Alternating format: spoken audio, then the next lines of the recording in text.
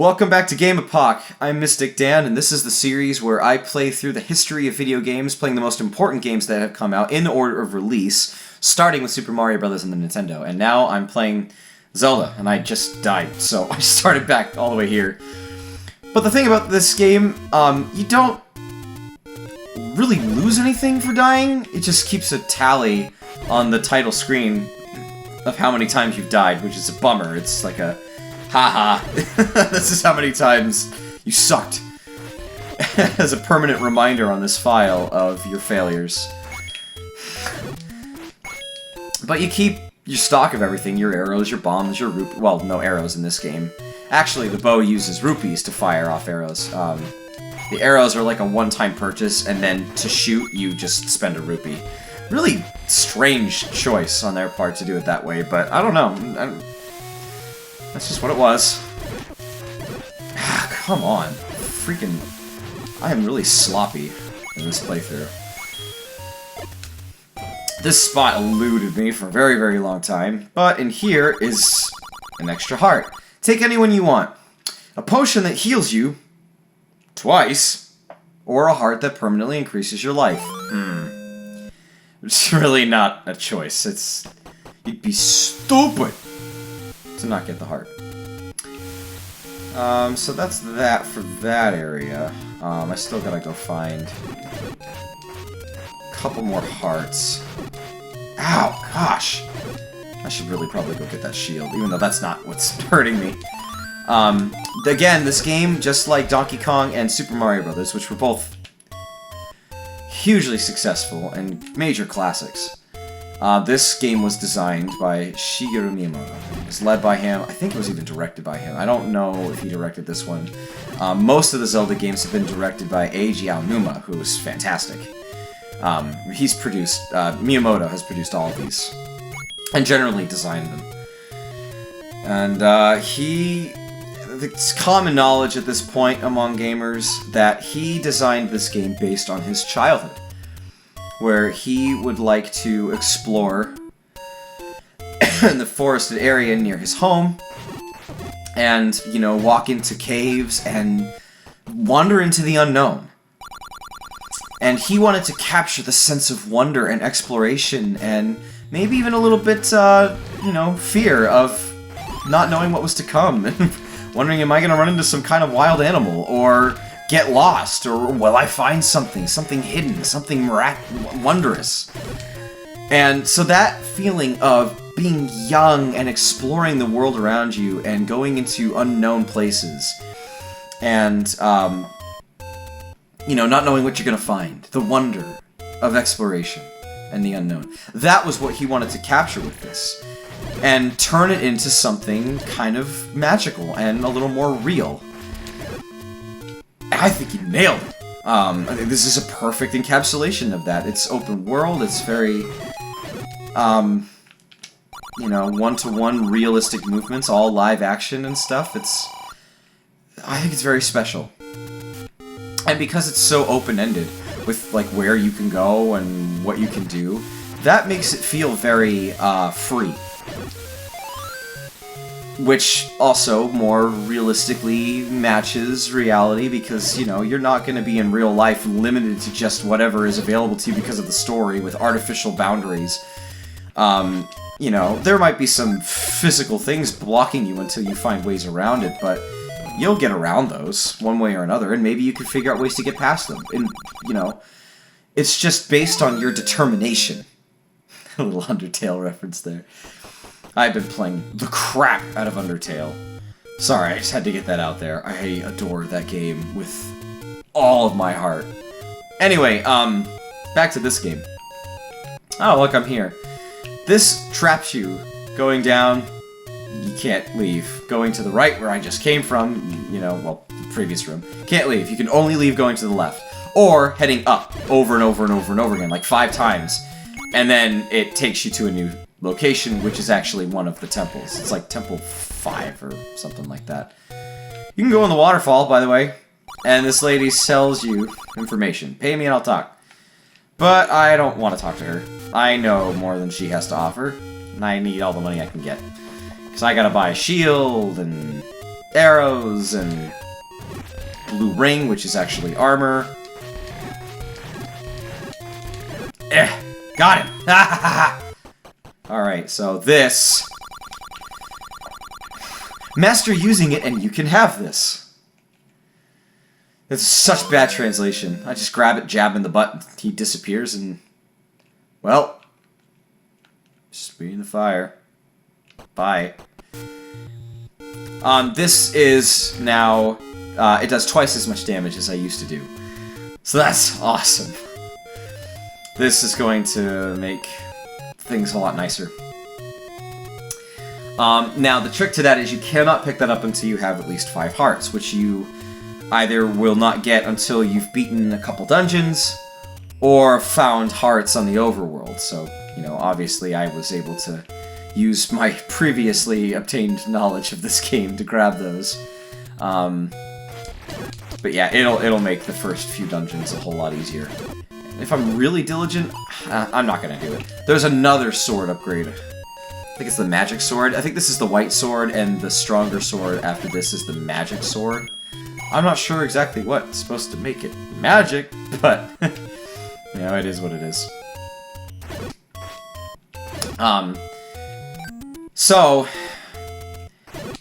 yeah, Miyamoto designed this based on that sense of exploration. I think he nailed it.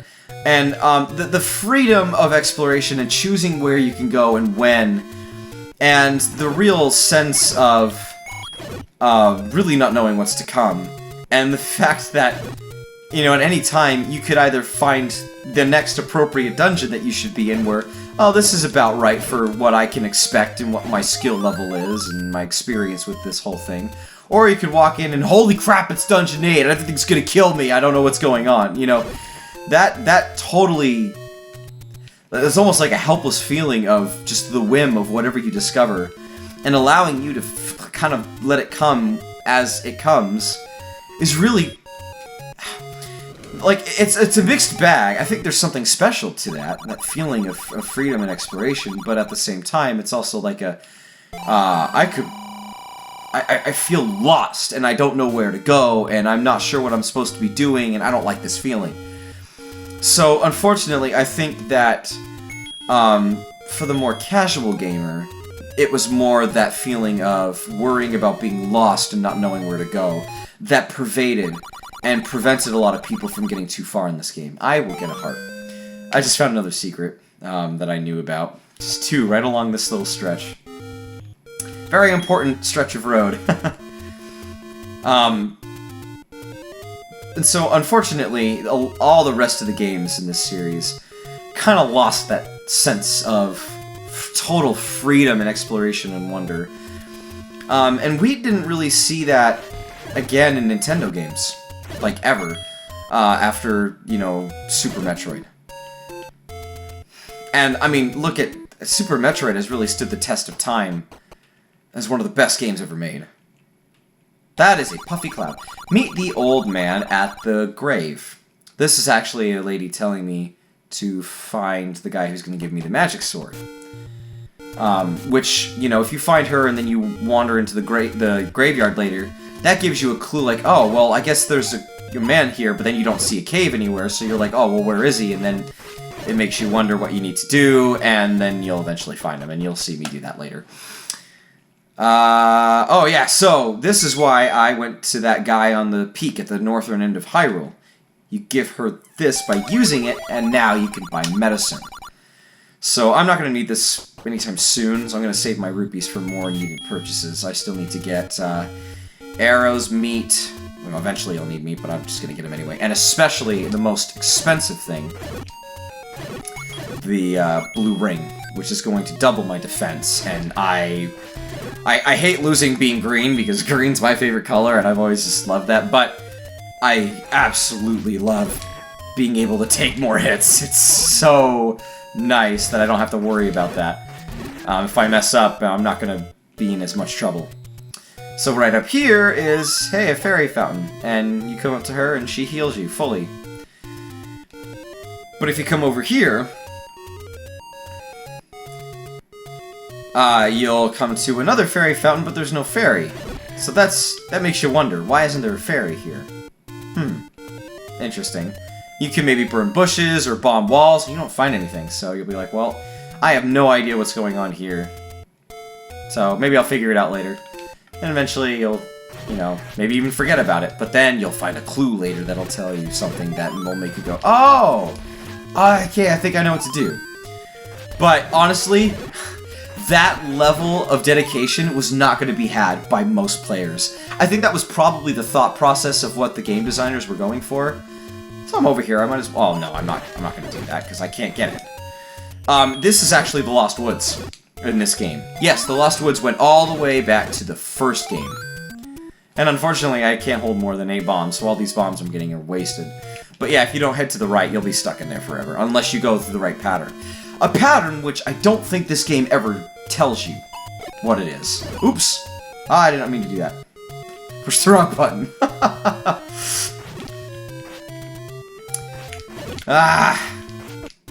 Okay. Crap. Well, I got my bombs back. So, unfortunately, with this part of the game, it does take a while to get all the rupees. If you're gonna do it the way I'm doing it, it can take a while to get the rupees that you need to get everything, especially the blue ring, just because it's so expensive. Oh, this is dungeon, what, 3? That's there. Anyway, so... I'm actually supposed to end this episode. I feel bad because I still haven't gotten too much further in this, so... really quick, I'm gonna go ahead and fast forward to when I have enough money to get the blue ring, because that is gonna be the worst part. So I'm gonna go ahead and fast forward to when I get that, so I will see you guys then. Alright.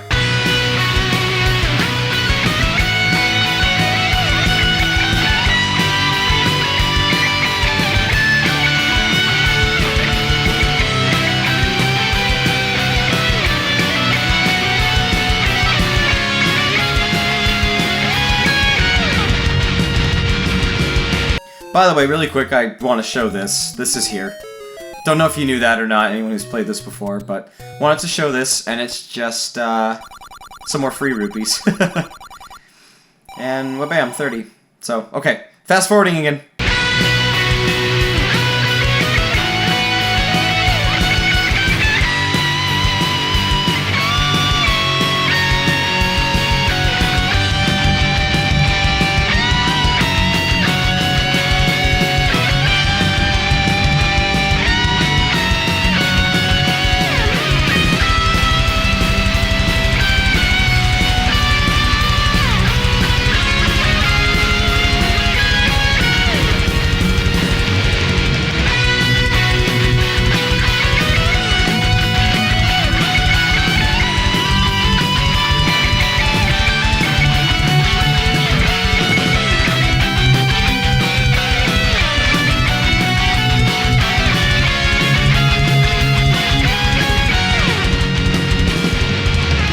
Alright, so I've gotten full money. Actually, 255 is the most rupees you can hold.